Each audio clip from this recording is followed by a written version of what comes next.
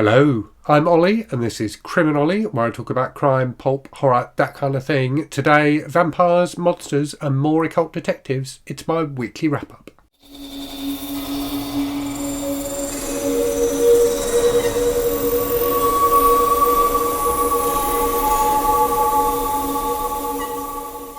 So I'm actually filming this a day early on Friday. I normally film these weekly wrap-ups on a Saturday morning and then put them up in the evening. But it's my mum's 80th birthday party tomorrow, so I will just be spending a lot of time at that and probably won't have time to film. So I thought I would get this filmed today. So I've got a fair few books to talk to you about today. I'm about on track with my reading for the month against the TBR I set at the start of the month. So I'm not really ahead, but I'm not really behind either. So we will see how I get on. I've still got a fair bit I want to read this month. So anyway, normal format for this. I will talk to you about what I've been reading, talk to you about what I'm reading at the moment, and then let you know some of the stuff that's been on the channel and that is coming on the channel in the week ahead.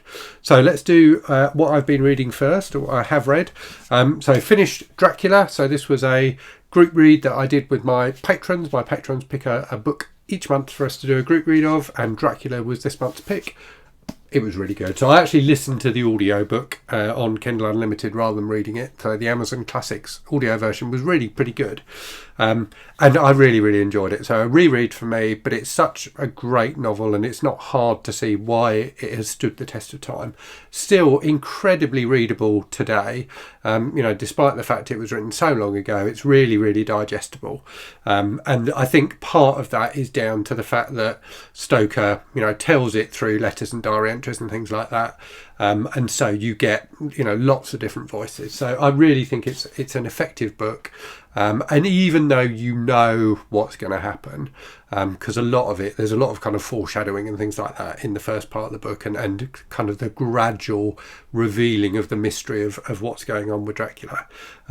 Whilst you know what the mystery is, he's a vampire, and this is like classic, as you would expect, this is classic vampire territory in terms of, garlic and all that sort of stuff. It's still effective. So whilst you know what's going to happen, it's still effective. I do think that the second half is a bit longer than it needed to be. I think it could have done with a bit of trimming there, perhaps. And Van Helsing as a character, whilst he's an interesting character, and this being Occult Detective October month, he is an occult detective, so a good book to read for that. But he does go on a lot. He spends a lot of time just telling people what he's going to do and why he's going to do it, which was it got a bit much at times. But aside from that, really, really enjoyed it. I did give it 5 stars. Again, I think it's a truly excellent horror novel. Up next then, actually, was it up next? I don't know. And another book I read this week, I can't quite remember the order. Actually, let's do the Occult Detective one. So I did read 2 other books for Occult Detective October, both on Kindle, both from the Tor Reimagining Lovecraft collection, which overall is excellent, well worth checking out. It's 4 novellas where a modern diverse group of authors not necessarily rewrite Lovecraft, but write stories inspired by the Lovecraftian mythos. So I read the final 2 in that. I'd read the first 2 already, so I read the final 2, which are Hammers on Bone by Cassandra Khaw, which I really enjoyed. So this is very much a mashup of like Lovecraft and the kind of tough guy Mickey Spillane style of detective. And funnily enough, set in Croydon, which is pretty close to me. I go through the train on Croydon when I get the train up to London for work. So that was quite interesting. I'm pretty sure Cassandra Khaw is an Asian American author and doesn't live in Croydon. So it was interesting that it had that setting. But yeah, just a fun mix of kind of hard-boiled detective fiction and creepy Lovecraftian mythos stuff. So enjoyed that.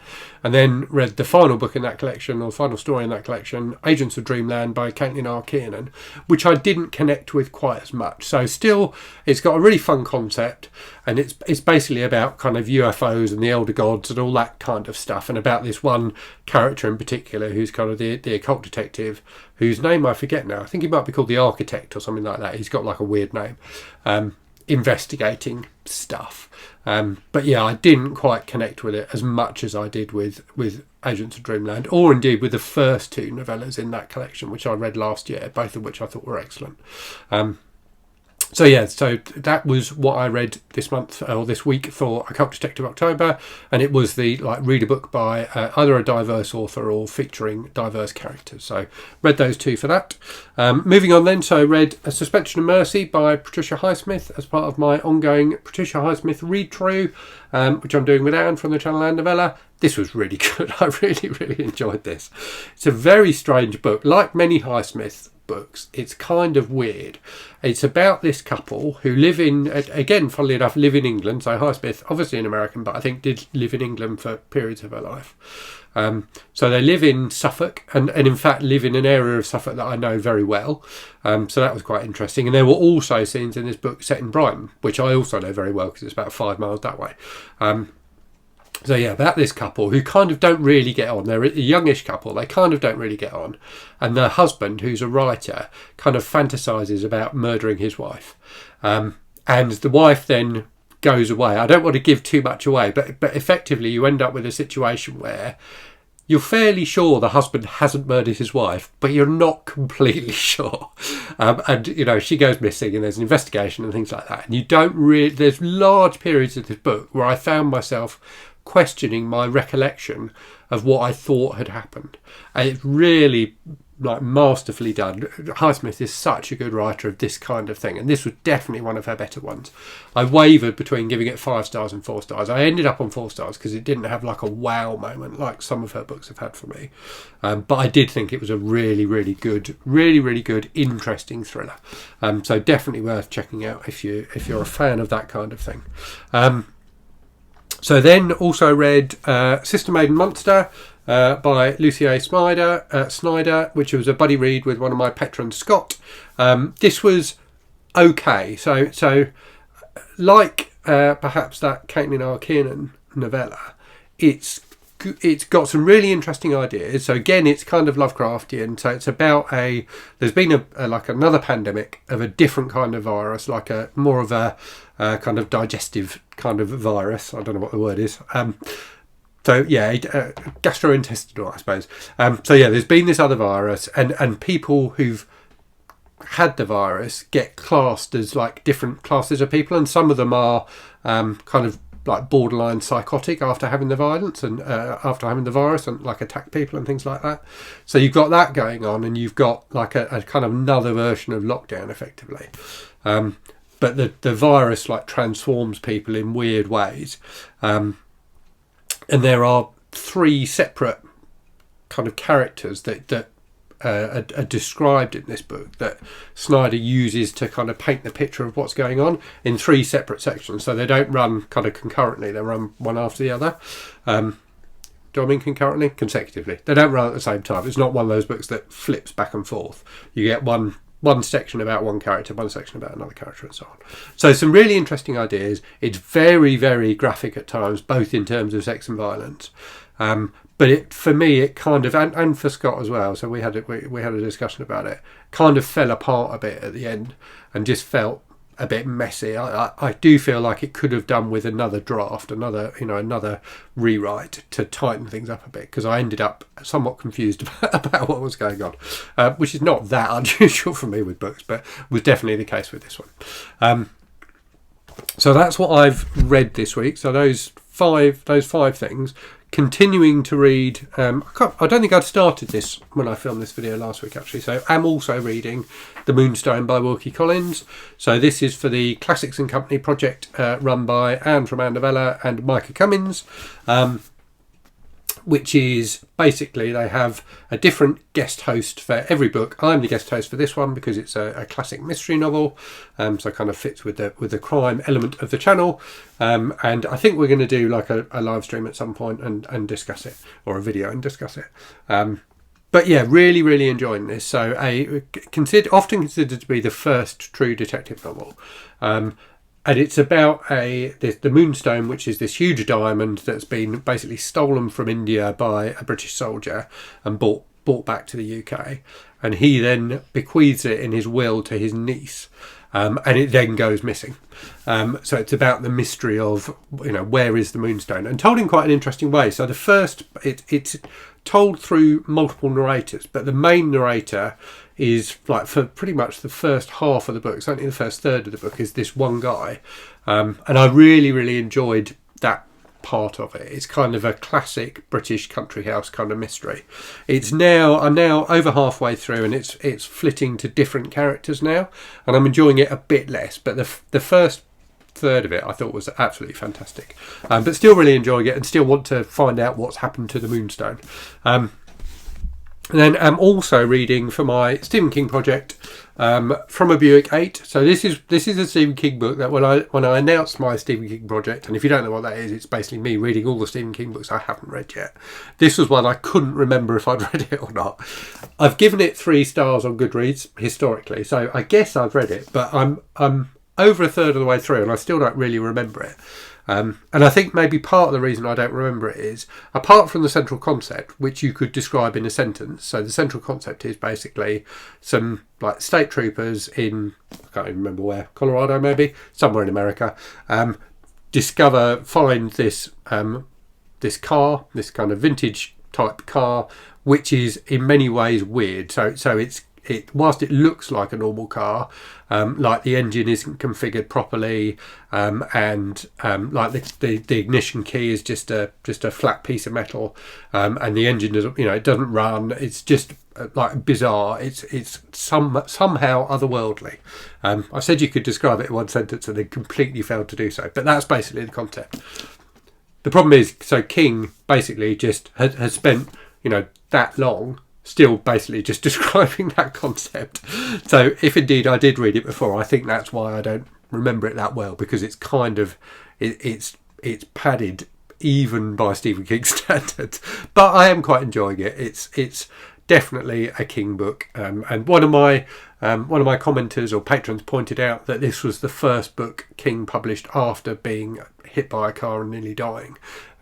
So you can see that influence in terms of this kind of monstrous car in it. So a fun read, but not fantastic. And again, actually, I'm listening to this as an audiobook. So Spotify, if you're in the UK, and I imagine other countries as well, if you're a Spotify premium subscriber, which I am, you can now get 15 hours of audiobook listening a month as part of your subscription. And the audiobook of this is just under 15 hours, so it's perfect. So I've been listening to that in the morning when I'm exercising, and when I'm walking to the station for my commute when I go up to London. So yeah, that's what I'm reading at the moment. In terms of what I will be reading next, so hopefully I'll finish the Moonstone this weekend, and probably finish From a Buick 8 in the week ahead. I've then got I've got a few more things I need to read. So we've got kind of a week and a half more of Occult Detective October. So the thing I definitely want to make sure I read is Occult Detective Magazine issue 10, which has got a number of short stories in it. It's got an article for a review by MJ from the channel Reading This Life. So looking forward to reading that. I do have a Jim Butcher book, one of the Dresden Files books, the first one, on my TBR as well. So if I manage to fit that in for Occult Detective October, I will do, but we shall see. But this is my priority. And then I also need to read this huge other Stephen King book, Black House by King and Peter Straub, which I am looking forward to because I really like The Talisman, but it is 800 pages long, so I think I can fit it in. And I've got a couple of other things too, so I think I can fit it in, but we shall see. As I say, I'm on track, but not ahead in terms of my reading for the month at the moment. Right, so that's the books out of the way. So in terms of channel stuff then, so in the last week, I did a book haul video. I also did a separate unboxing video where I unboxed a wonderful box of delights that have been sent to me by one of my subscribers and patrons, Heidi, all the way from the US, so that was fun.